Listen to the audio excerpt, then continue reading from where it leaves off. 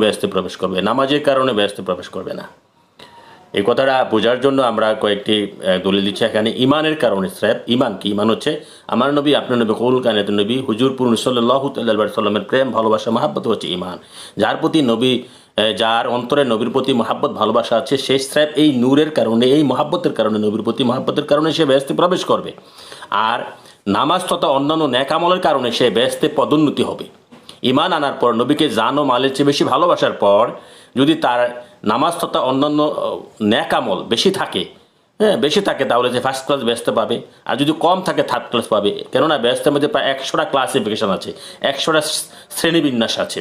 তো শুধু আমল, রোজা, নামাজ, হজ, যাকাত, পর্দা, বসিতে গেলে যত ভালো কর্ম আছে, কর্মের মাধ্যমে বেহেশতে ছোট বড় নির্ণয় হবে, মানে পদোন্নতি হবে। ভালো আমল থাকলে উপরে ক্লাসে বেহেশতে যাবেন, কম আমল থাকলে নিচে ক্লাসে বেহেশতে যাবেন। আর স্রেফ ইমানের কারণে বেহেশতে প্রবেশ করবেন।